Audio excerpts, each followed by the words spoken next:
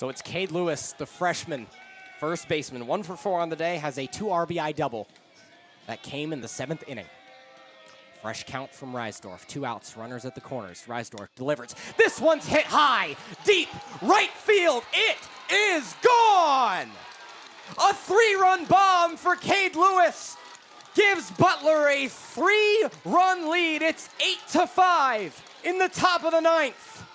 Brett pulls up in the mid-range. Her shot is a little bit too strong, and the rebound controlled by Moore McNeil. She'll be the one to take it over the court. Indiana moving quickly, under 7 minutes to play in the first quarter. They're ahead by 6. Moore McNeil slots a pass around. Here's Scalia to Parrish, right wing 3. It's good!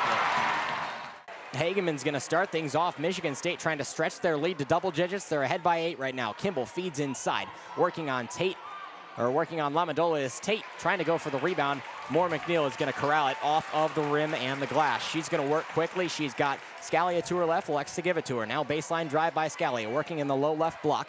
Kicks it back out, and a little bit of a miscommunication. Scalia gets her own tipped pass. Moore McNeil with 15 on the shot clock. She'll reset the offense. Indiana trails by 8 with 7:30 to play in this first half. Ball almost poked away, and a whistle. A reach-in foul called on Julia Ayrault for Michigan State.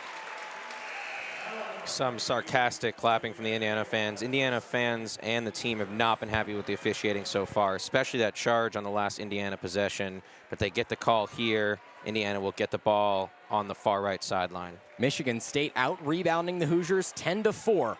Right now, that's been the reason why they're up by 8. Far side inbound gets it into Scalia. Moore McNeil thinks about a 3 and clears out the top of the key. Almost receives a screen from Holmes. Now it's Spargesser to the top. Near side to far side drive. Scalia goes to Bargesser in the corner. Helms down low, gets doubled, stops up for a shot, gets her own rebound. 14 seconds on the clock. Bargesser recollects. Gives to Scalia. Now Moore McNeil with 14 on the shot clock. Long pass. Bargesser thinks about a 3, steps in for a mid-range jumper from the right side, and it's good. She had that open 3-pointer, but took a step in, got the more comfortable jumper, puts it down for 2. 35-29, and Bargesser has 8 points. Scalia still leading the team with 9. Theron Halleck hands off. Now a long shot by Kimball, and she can't get that one to fall. Moore McNeil gets the easy rebound. Kicking on out. Lamandola trying to find a pass, and she finds Moore McNeil at the top. Handoff almost poked away by Kimball, but it gets to Scalia nonetheless. Moore McNeil holding the basketball overhead, looking for Holmes. She finds Bargesser inside, into the restricted area, fakes a jump, and now she goes up. 10 points for Lexus Bargesser. And she's well on her way to tying her career high of 15. Indiana crowd on their feet. 4-point game. Michigan State ahead by 31-35. Bargesser almost gets a steal. And this one down to the ground, trying to repossess control of it is Joyner, and she does for Michigan State. 12 on the shot clock, driving on Bargesser inside, stops back up. Halleck thinks about a 3. She's guarded tightly by Moore McNeil, goes to the line, and a charge! Offensive foul, and that'll get Indiana fans on their feet.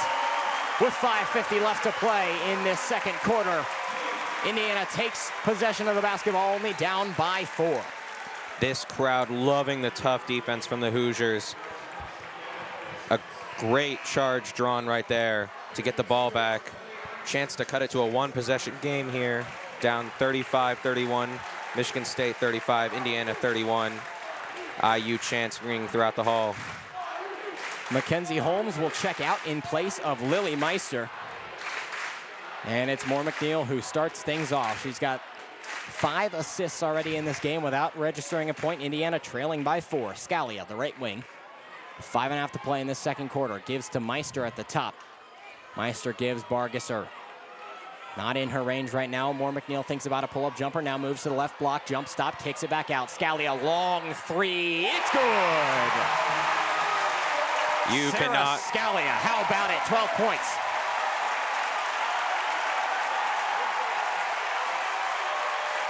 And it's a loud environment here. Indiana only trailing by 1 point, 35-34. Bargesser guarding Michigan State player tightly. That's Hageman. She's trying to spin off. That's Joyner. Ball almost poked away. Out to Hageman, left wing 3. She's got it. Answering 3, Hageman knocks it down from the left wing. And Michigan State lead is back up to 4 points with 4:52 to play in this second quarter. Bargesser is going to start things off. And that one's poked away. Good read by Taryn Halleck, and she is in the lane for 2 points. Spartans ahead by 6 now. Bargesser will try to get a better possession this time around. Moore McNeil stops up, mid-range jumper, and it is smooth. Rims around and it drops. 2 points for Moore McNeil. Indiana now trailing by 4. Both teams punching back and forth right now. A total of 76 points scored in 15 minutes of action here. Indiana hitting on 4 of their last 4. Taryn Halleck, long cross-court pass. Gives now to Joyner, right wing 3, rims in and out, and Meister will collect the board. And Julian Tungini is back out for his second inning of work. He fires in ball 1. We're back over to the top of the lineup card, Carter Dorigi, who hails from Cherry Hills Village in Colorado, transferred from Lafayette College. Looks at strike 1. So it's 1-1.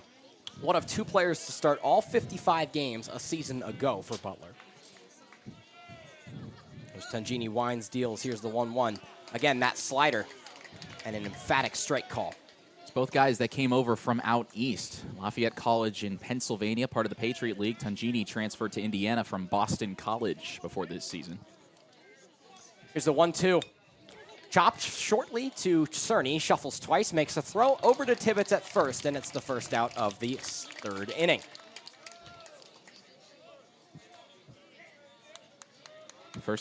Second time today, I should say, Tungini has retired the leadoff man. He's getting into a bit of a groove dating back to the 1st inning, and this might be a jinx, but he's retired 6 in a row, and he looks very confident. He's already ready to go before Urban even steps in the box, in fact.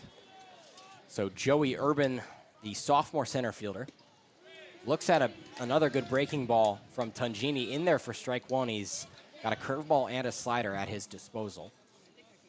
1 out here in the top of the 3rd, no score. Big cut and a big miss. Swung under Tungini's fastball that he left high, and he's already ready to go again, 0-2. 0-2, 1 out from Tungini to Urban. Way outside, Stadler has to venture out and grab it, and he does so. Tungini's working very efficiently, mixing in a lot of off-speed pitches to keep these hitters off balance. He's thrown already 48 in this game. 1-2 to Urban with an out. Winds and deals. High for ball 2. It's important to note he threw a lot of those in that 1st inning, nearly 25 pitches in the 1st inning, but he's been more efficient ever since. Trying to retire Joey Urban with an even 2-2 count. There's Tungini's pitch into the dirt, blocked by Stadler. So runs full. 3rd full count of the day for Tungini to batters. Yeah, talk about efficiency. He goes from 0-2 to full in a matter of 3 pitches, and that's not exactly going to please pitching coaches. So a full count with 1 out. Righty on righty matchup. Here's the delivery. Hit high out to center field. Going back on it is Matheson at the wall. It's gone.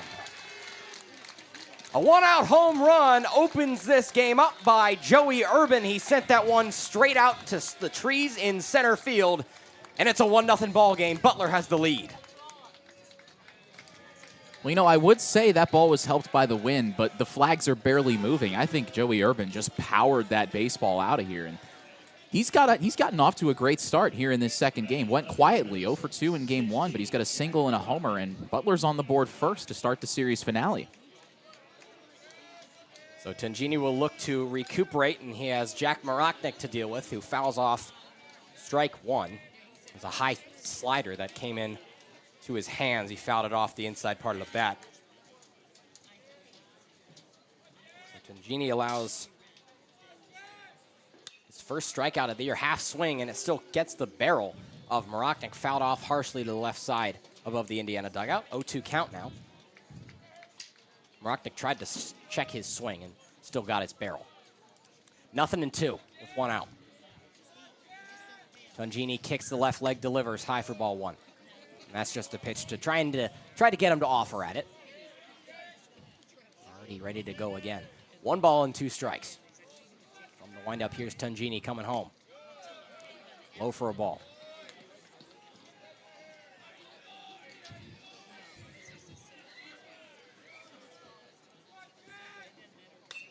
Again, that same thing.